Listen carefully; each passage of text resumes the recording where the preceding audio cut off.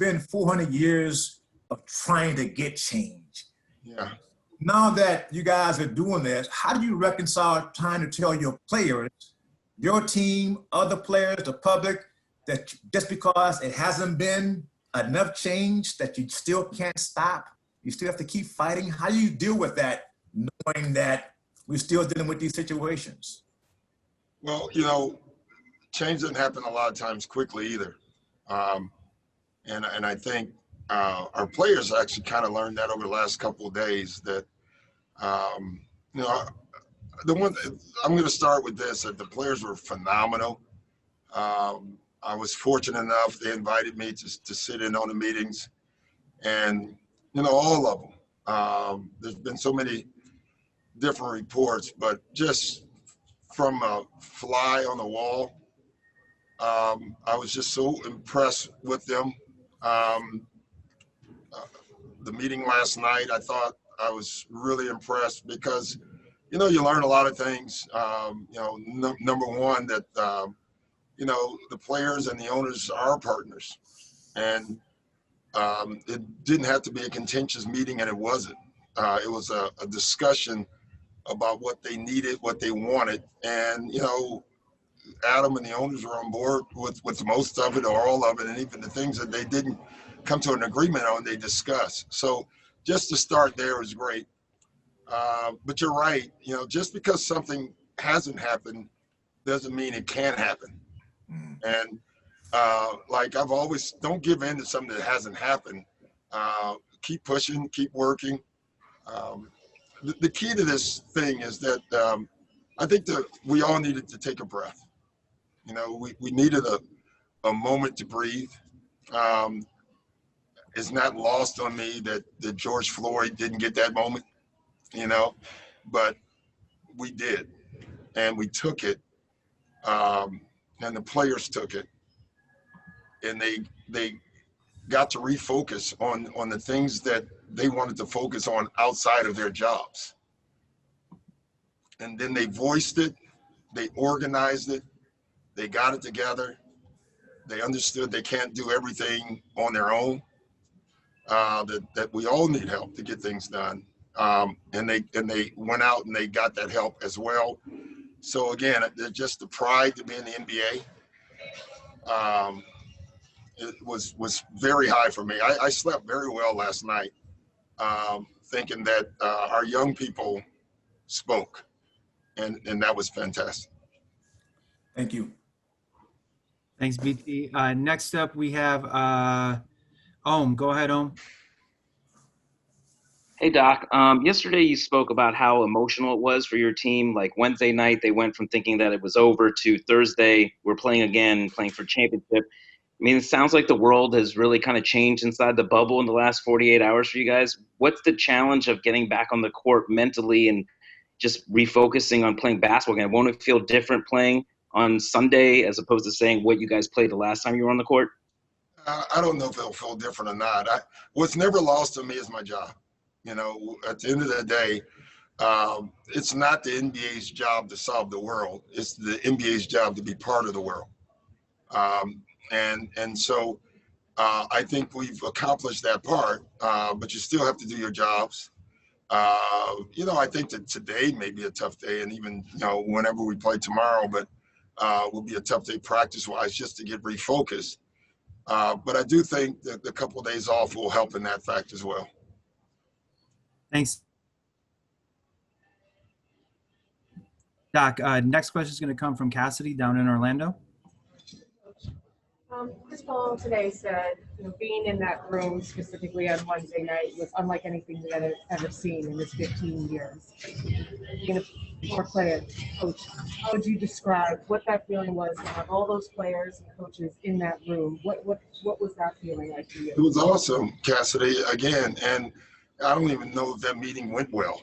That meeting had a lot of anger, a lot of voices, a lot of emotion. I think I've learned long ago, emotion is great. Being emotional sometimes is not, you know what I mean? But it was out there. We got to hear what people felt and thought. So to me, that was very powerful. You know, that's what I told our guys, the players, that this is a powerful moment. You guys are learning how powerful you can be, and that I was proud of. But then to come back that next morning, and it was amazing the difference. They got it out, then they could talk, and then this third meeting, now we could work. I just thought the progression of that was absolutely perfect. Thanks, Cassidy. Doc, next question is from Dan Wilkie. Yeah, kind of a couple ones that are all sort of related. You said progress is slow in this stuff, but one of the things players were able to accomplish was a commitment on NBA arenas to be used as polling places. Yeah. That's already been moving in a little bit in that direction, but to get, we saw Houston yesterday, Utah today. I assume more will come after that. How important was it to see something tangible?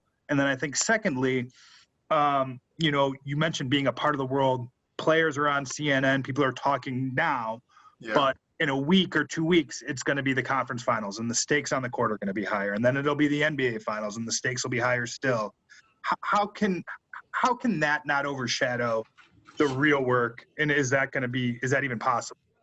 I don't know if it's possible or not. I think that's up to the players, and it's up to you guys, to keep the talk going. Listen, the stakes are high now, for players and coaches.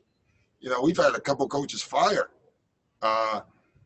after they lost. So I don't think anybody that plays a game thinks the stakes aren't high now. But after the game, or whenever you feel like it, you can still speak out. And you don't have to speak out. It's not your job. Some guys choose to. I've always choose to do it.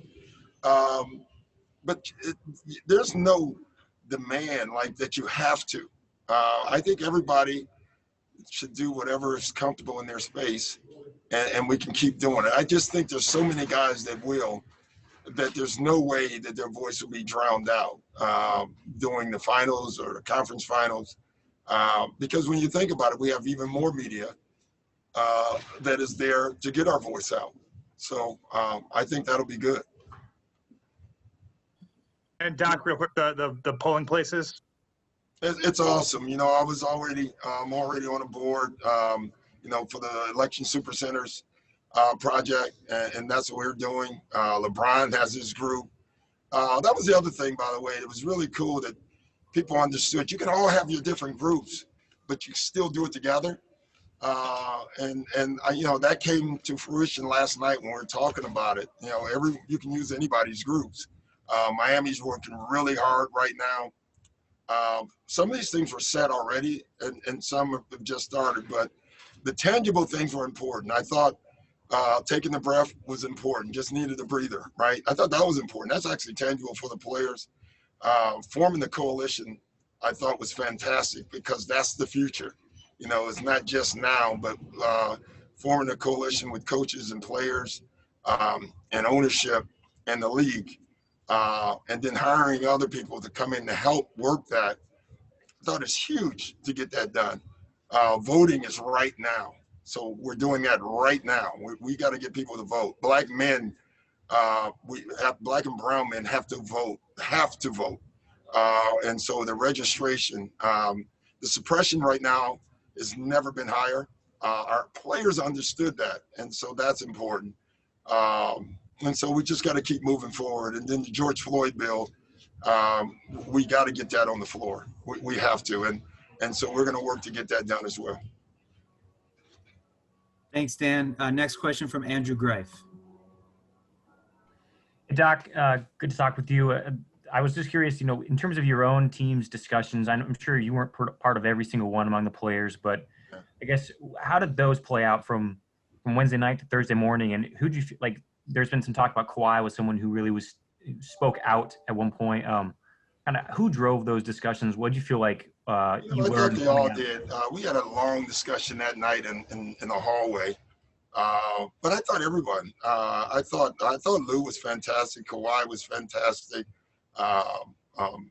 Marcus was absolutely wonderful. So there was a lot of guys who talked that night. I was just sitting there trying to get them to talk.